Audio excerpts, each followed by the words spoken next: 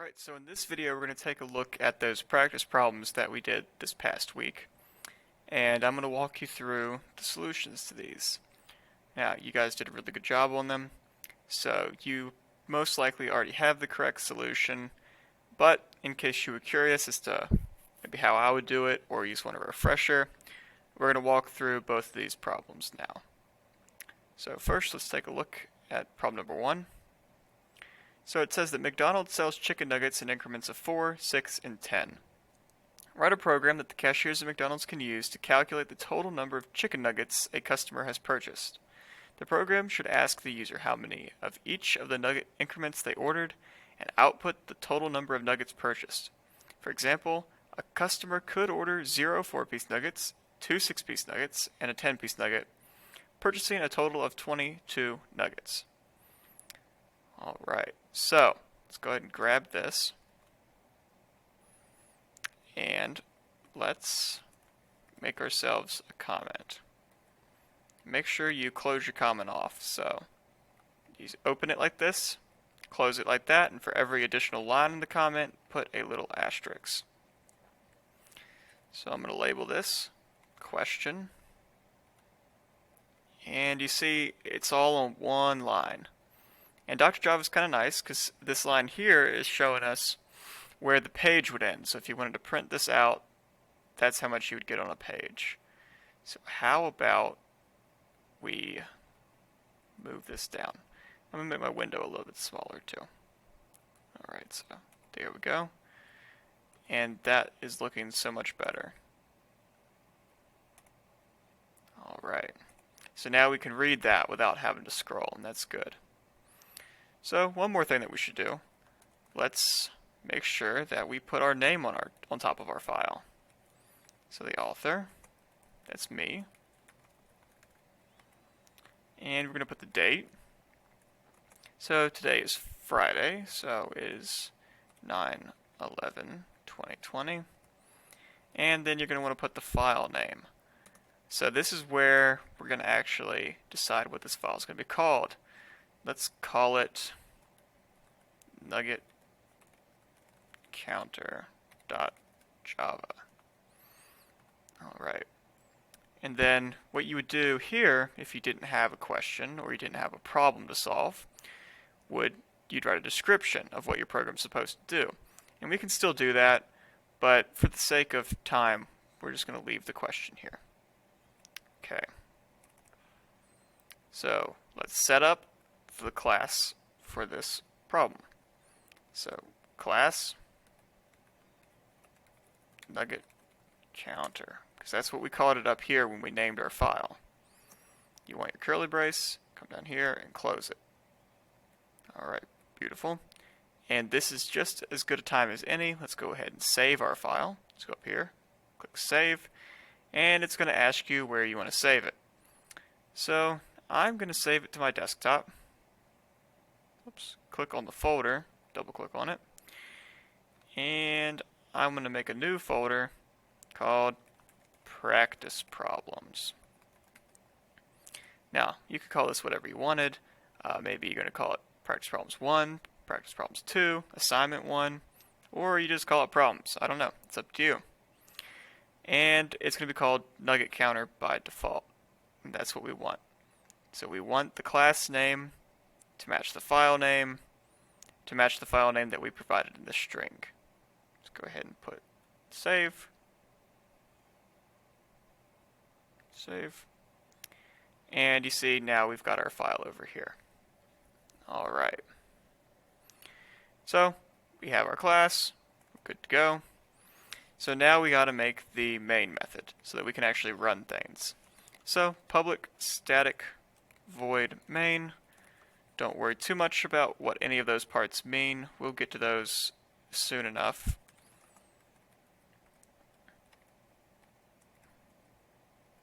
And don't forget to close off your curly brace.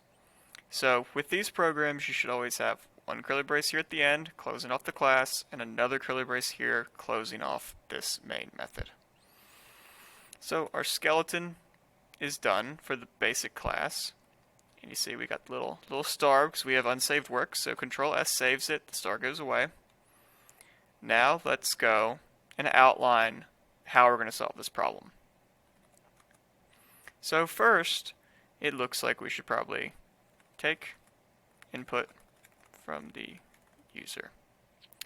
And to be more specific, what we should probably do is get the number of each nugget increment ordered by the user, by the customer, because the user could be the cashier. Alright, and then we know at the end what we want to do is output the total number of nuggets purchased.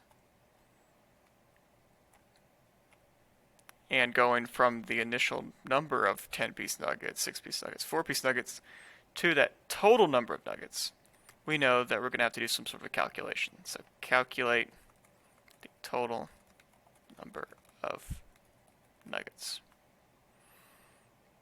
And that's our pretty simple 3-step design. So this is sort of like the algorithm. There's no code here. This is how it's going to happen. We're going to take input, we're going to do some calculations, and we're going to give the output. So let's go ahead and get started. So if you'll remember, we always have to set up the scanner. So that's sort of before the input. It's part of the input step, but I'm going to label it up here by itself so that it's clear to someone reading my code what's going on. So scanner, scan equals new, because we want a new scanner, scanner, and make sure you capitalize the S in scanner, because this is a type of thing. It's sort of like a proper noun. So capital S, and then we got to tell it where we want to scan, and we want to scan input from the system. So that's the console. And last thing, put your semicolon. Now, we want to use the scanner, but we don't want to define what the scanner is. At least I don't. I don't know if you do. So what we got to do is we got to import the scanner. So we can do that up here. So between where you did your comment, your nice little doc string at the top, that's what this is called, and your class declaration, we're going to write an import statement. Import Java, which is like the Java program, like everything that's in Java, dot util for utilities, dot scanner. Alright, now I'm sure you're wondering, don't forget your semicolon, I'm sure you're wondering, well, why should I have to import the scanner? Why isn't it just already included? And that's a good question. And the reason is Java includes a bunch of stuff. And it's a bunch of stuff that you're probably not going to use for most programs. So let's say we created a user interface or something. So we had windows and buttons, and you could just click a button that was for 4-piece nuggets. Well, then you're not going to need to use a scanner because they're not going to be typing in that little console. So if all of the Java stuff, not just the scanner, but everything, and there's lots of it, if that was all loaded in every single time you wanted to run a program, that's a lot of extra stuff. It's going to bog your program down, it's going to slow it down, and it's going to make it a whole lot bigger than it needs to be. So by doing this, Java is saving you time and saving you memory. So all in all, it's a good feature. It can be a bit annoying because you're going to forget to import it. I know, because I've forgotten to import it before. But all in all, it's saving you a whole lot more than it's costing you.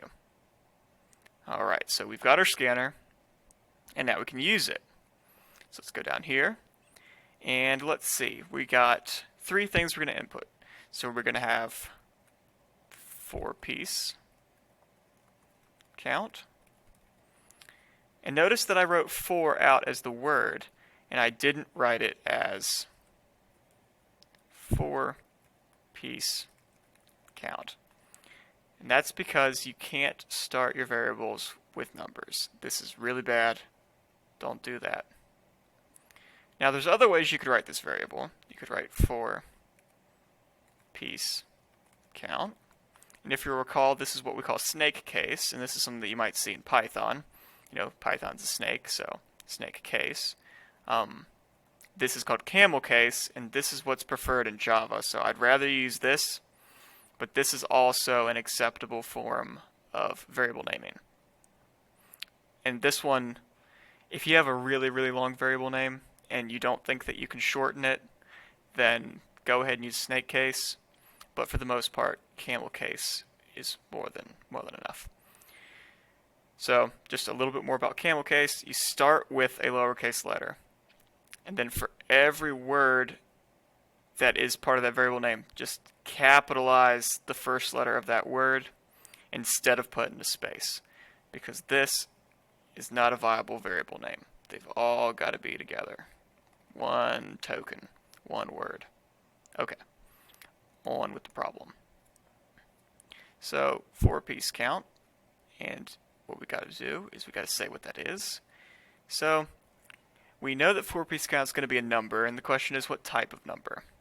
So it could be a double, it could be an int, and we got to think for a second, well, what does it mean to input this? Like, what is the use case? So you ask yourself, well, okay, if I'm the user, what sort of numbers am I going to give to this program? Am I ever going to want to give it 2.5 2-piece or 4-piece nuggets? The answer is no. What does that even mean? How do you get half of a 4-piece nugget? I mean, I guess you get 2 nuggets, but if you go to McDonald's and try to order that, they're going to look at you funny and they're going to say, I'm sorry, we don't sell half of a 4-piece nugget. So you've got to use whole numbers, which tells us this is going to be an integer value, so we're going to use int. So now that we have that, what we can do is scan dot next int. Notice int. So what we're doing is we're trusting the user here. This could throw an error because the scanner is going to say, all right, the next thing that I see, it is going to be an int.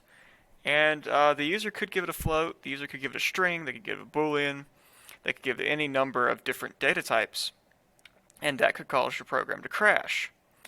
But we're going to assume here that the user is going to behave themselves, they're going to be good, and they're only going to actually enter numbers like whole numbers.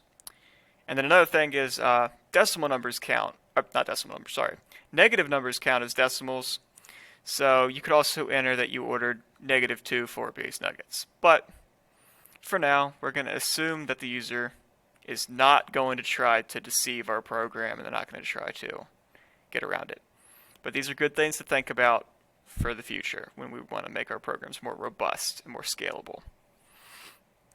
Okay, so let's do 6-piece nugget, 6-piece count. And it's going to be the exact same thing. You could copy and paste this if you wanted. Oops. Next int 10-piece count scan dot next int. There we go. So that's all of the inputs. And you might have realized, or maybe you've caught on, that I'm missing something. Like this isn't going to be the right solution for this step. And we can look at that in just a second. So let's go ahead and save it. Alright, let's try to compile it. Let's see if we have any errors. Ooh, we got some warnings. And some of you probably encountered these warnings before. So it says the local variable 4-piece count is never read.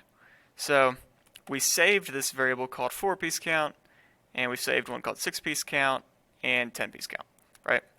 So we saved a little spot in memory, and we told the computer, okay, I have this number, I'm going to want to use it again later, so hold on to it for me.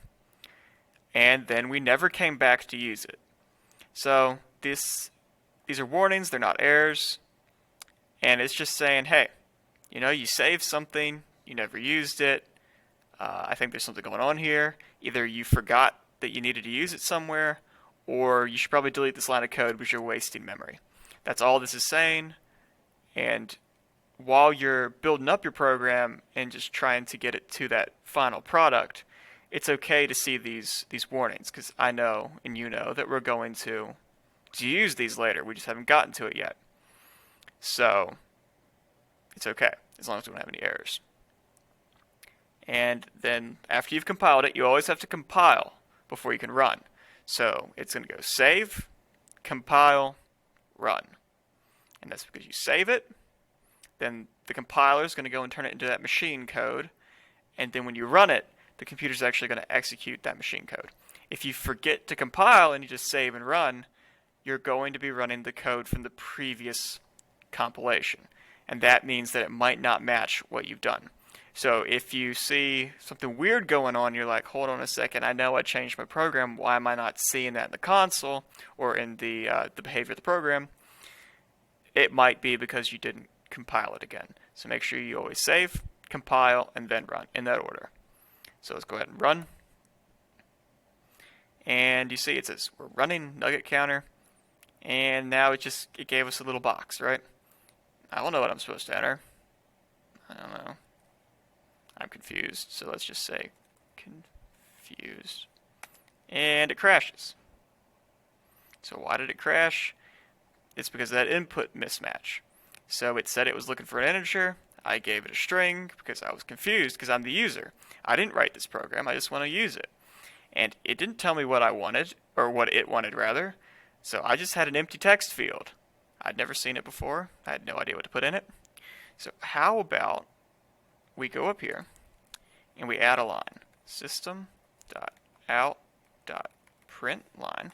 And make sure you capitalize the S in system, because system is also a proper noun. It's a thing. It exists. The system is sort of like the computer. It's sort of like that console. So system.out.println. Let's go and put our semicolon before we forget. And let's think about what we want to print. So how about enter the number of 4-piece nuggets purchased.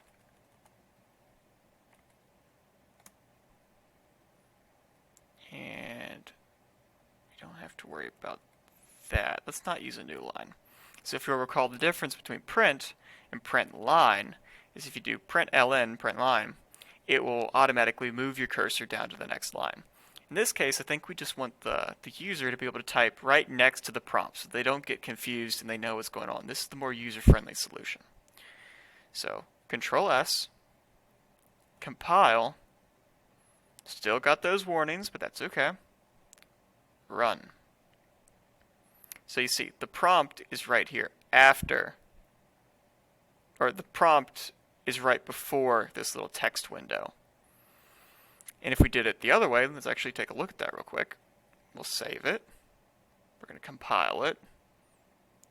And we're going to run it. Run. Now it's on the next line. So you can do either, but I personally think it's a little bit more intuitive and easier for the user if you have the prompt and the data field entry on the same line. So that's what I'm going to do.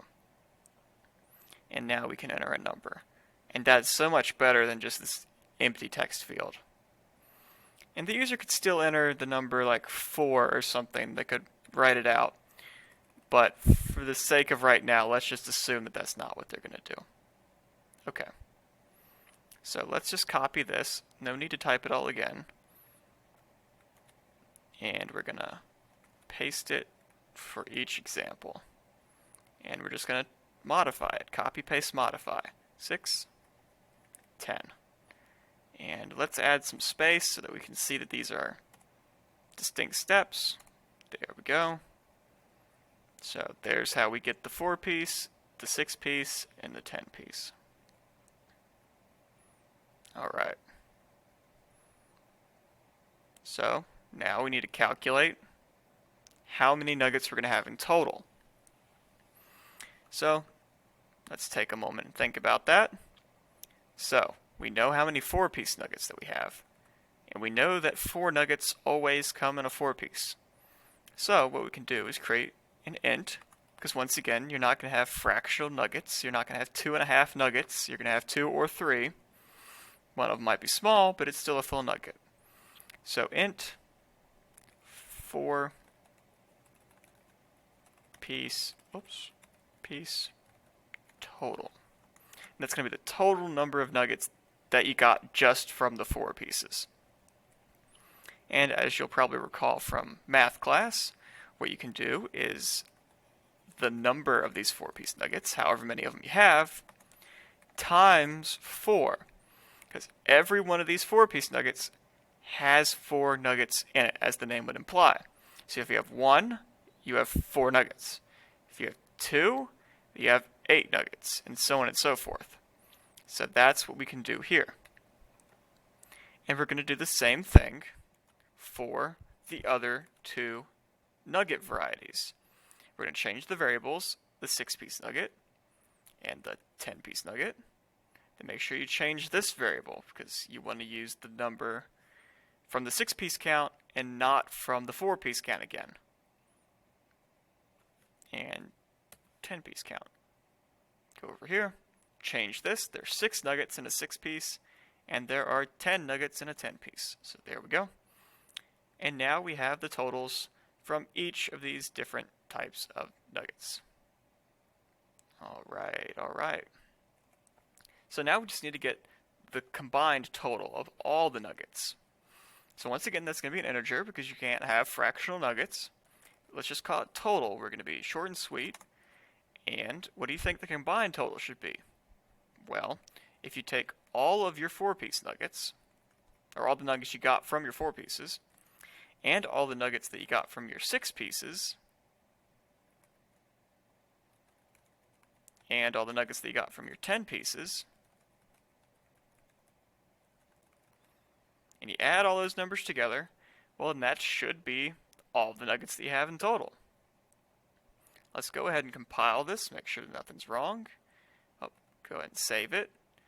We've got a warning. So the local variable total is never read. So that's perfectly fine. It's just saying, alright, you did this math, you saved it to something, but you never did anything with that something. So it's basically telling you one of 2 things. Either you probably shouldn't have saved it because you never used it, or I think you forgot to use it because you saved it. So useful to look at these warnings, but it's okay because we're going to use it in just a second. So we're going to come down here, system.out.print, and we don't have to do print line here either because we know that this is going to be the last line of the program, so we don't care if it moves down to that next line. So let's see, what do we want to print? The customer purchased a total of, put your space here so you got proper concatenation, plus, let's see, total is our variable name, that's the number of nuggets. Oops. Alright, put your quotes, it's another string, and let's see. So you got a space here, so you can have your number, you have to put your space here, that way that number isn't up against the words on either side of it. So the space, it counts, it matters. So the customer purchased a total of X nuggets. Go over here, don't forget the semicolon, and this should be the program. Let's Control S to save it, let's compile it, compilation complete, no errors, no warnings, that's what I like to see before I turn something in. And let's run it to make sure that it actually works. It's not good enough that it compiles because you could have some sort of a logic error or something. You could have solved the problem wrong and it still compiles. So let's see. Let's say 1 4-piece nugget, 1 6-piece nugget, so that's 10 nuggets total, and 1 10-piece nugget, so we're expecting 20 nuggets. And this is actually test your programs. Come up with an answer that you know, or come up with the numbers that you know the answer to. That way you can test to see if your program's actually doing this right. So let's hit enter, and we got 20 nuggets.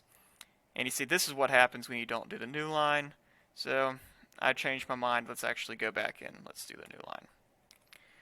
And just to show you that it is possible to get your code to compile while doing it wrong, let's change this number to 10-piece nuggets, 10-piece count. So don't do that on yours because that's wrong. But we're going to save it. We already did. Let's compile it. And 6-piece count is never used or never read. So you did get a warning, but there's no errors. So let's go ahead and run it. And we did the exact same thing. 1 4-piece nugget, 1 6-piece nugget, 1 10-piece nugget. You should expect 20 nuggets, but it's, oh, you still get 20 nuggets. Oh, it's because they're all 1. Hold on. Let's run it again. Okay.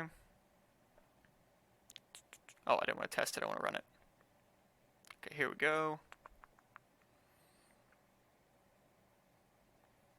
1, 0, 2. So we should expect 24 nuggets, but we get 36 nuggets. That's because we're using the 10-piece count variable in somewhere that we shouldn't. Okay. So it compiled, it ran, everything was okay, but there was a logic error in here. There was a typo. So don't get caught in that trap. Always make sure you test your programs and test them with more than one example, because as you could see that first time, even though the code was wrong, because we entered 1 for everything, it turned out that that didn't really matter all that much. Okay, that's enough of this one. So I think we've solved this one pretty thoroughly. Let's go over here, hit new, we got a new file, and as always, go and make your comments. So you got to get rid of that extra space there, otherwise it's not going to close the comment, your entire code's going to be comment, and that's no bueno, that's not good. So author, Mr. Stallnaker, date. It is still Friday, so 11/2020, and the file. I'll name this thing in a second. First, let's go and take a look at the problem. So we're going to say question. Okay, we're ready. Let's go over here. And this one's actually a little simpler, so this shouldn't take too much longer, and then you guys can work on something else if you want. Let's see, Control V. And as before, I'd really like it if you guys could format this a little bit better so that it's easier on the reader. So there we go. Just kind of eyeball it. It doesn't have to be perfect. Alright, so there's the question. And now let's read it, and then we'll come up with a good file name for it. So write an application that converts liters to quarts. And then it says, very helpfully, 1 liter equals 1.05669 quarts. Read the liters value from the user as a floating point value, i.e. a double. Alright, so we're converting from liters to quarts. So let us call this file Liters2Quarts. And note that your file name should always start with an L. Or not with an L, sorry, with a capital letter. Should always start with a capital letter, not an L. And that's because these are sort of like proper nouns as well. So variable name should start with lowercase letters, and file name / class name should start with uppercase letters. Alright, so as before, class Liters2Quarts, make sure it matches that file name, put your brackets, and now would be as good time as any to save it, and it's going to remember that folder that we were just in. So let's go ahead and save, and now it's over here. Now we have 2 of these files.